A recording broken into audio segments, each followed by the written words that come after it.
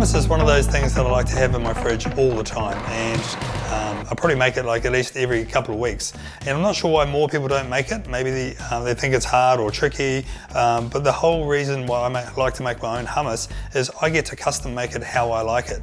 So let's get started. I'm first going to start with a little bit of freshly ground cumin. You can obviously buy that ready to go. With a lot of my spices, I prefer to roast them off in small batches, and I simply either grind them up in a mortar and pestle, or if I use a fair bit of it like cumin, I'll do a wee bit in a coffee grinder, and simply just going to pulse it until it's nice and fine.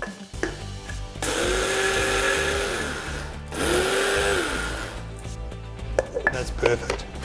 Spice grinders are great.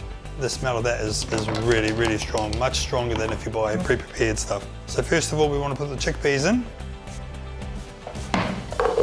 We've got 450 grams of chickpeas there. I also like to cook my chickpeas till they're really nice and tender. That is going to give me a very creamy hummus, and I also like to drain them very well. If you don't drain your chickpeas either from the tin or if they're quite well cooked at home, if you don't drain them well, and by the time you add your other wet ingredients, you're going to get a very runny hummus. I'm going to add 2 cloves of garlic.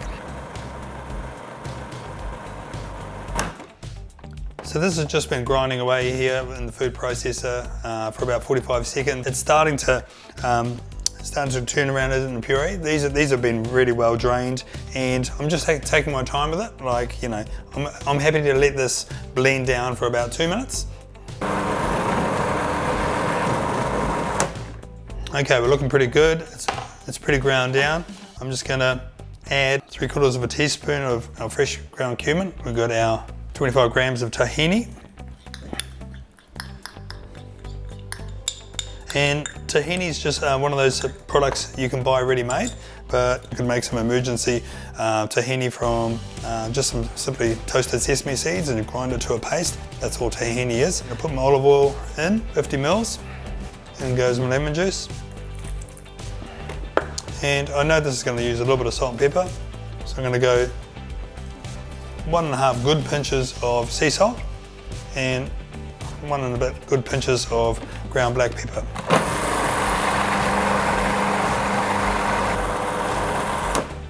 Okay, we're looking really good.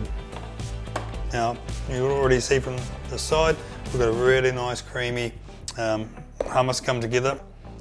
And look at that. That's actually really quite thick, so we haven't added our water yet. So we've got 100 mils here.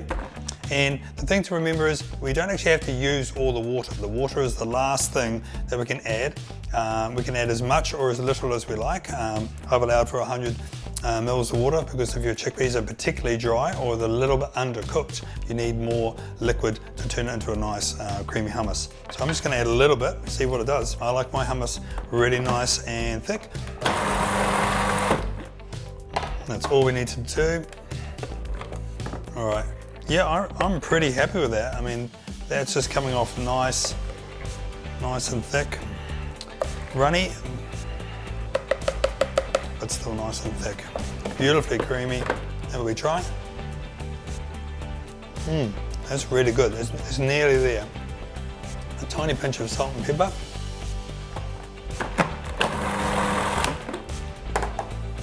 And put that in there. Perfect.